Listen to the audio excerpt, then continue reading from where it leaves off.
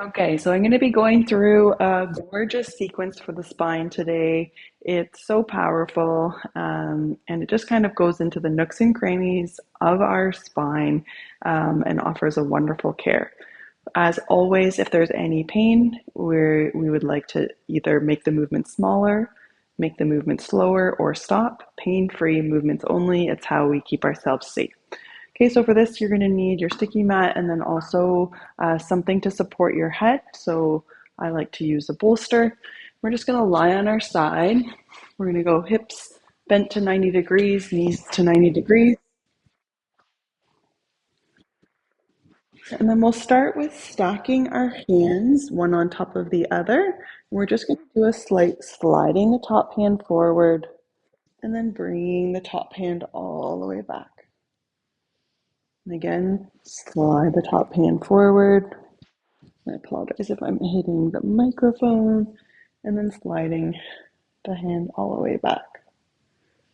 Okay, going again, sliding the hand forward, bringing the arm back, and then we're going to gently pause.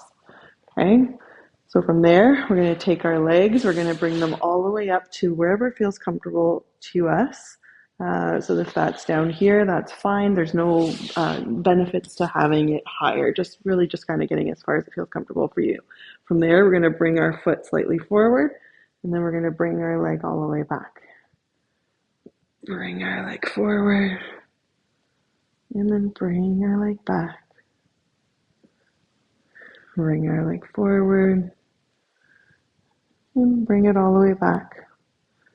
And last time, bringing it all the way forward, and bringing it all the way back.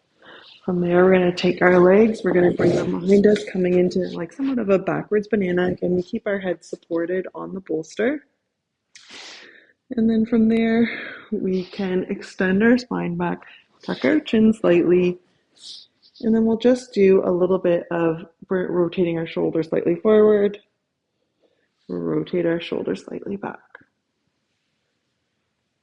Rotate the shoulder forward, rotate the shoulder back. Last repetition, rotate it slightly forward, rotate it slightly back. Now we're going to stop our upper back, keep it stabilized, and move into the lower. We're going to bring our hips slightly forward, bring our hips slightly back. And the hips slightly forward, and then back, forward, back, and last repetition, going all the way forward and all the way back. Rotating onto our back, resting for a moment or two, comparing left side to right side.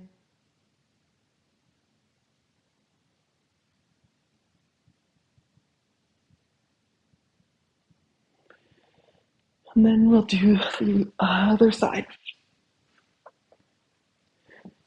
Okay. Starting with hips to 90, knees to 90. We can curl our chest slightly forward, coming into that cow or cat pose. We're going to take our hands in front of us and then slightly rotate our hands forward, slightly bring them back. Arms are straight, hands are stacked. Bring the hand forward, bring it all the way back. Bring it all the way forward, and bring it all the way back. Pause in the middle. We're going to take both legs, bringing them straight and bringing them all the way up as far as we can go. Bringing the top leg forward relative to the left leg, keeping them totally stacked. Face relaxed, throat relaxed. Foot goes forward, foot goes back.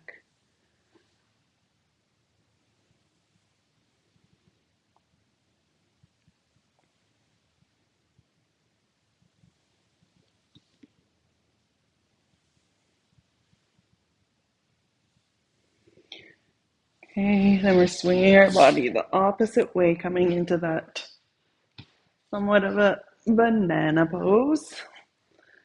And then we'll start with our arms. We've extended our upper body into kind of that upward dog pose. Our chin is slightly tucked, and then we're just going to rotate our chest slightly forward. Rotate our chest slightly back. Going slightly forward. Going slightly back. Going slightly forward. Going slightly back. Moving into the hip. Hip goes forward. Hip goes back. Goes forward. Hip goes back. Hip goes forward. Hip goes back. And last repetition. Hip goes forward. Hip goes back. And we'll roll onto our back. Compare left side to right side. Resting completely.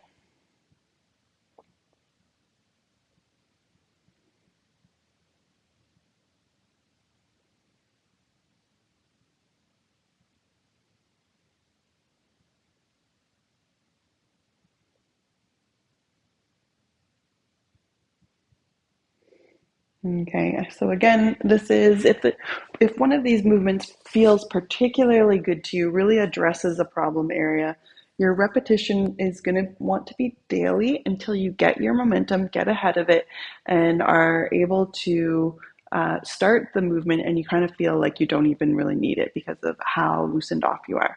Once you get to that point, you don't really usually need to keep up the daily stretching. You just kind of get that daily stretching to get enough momentum so that it's no longer a thing that your body needs and your body's integrated this new range of motion as its norm. Okay, so I hope you enjoyed. I'd love to hear any feedback you might have, and I will see you again.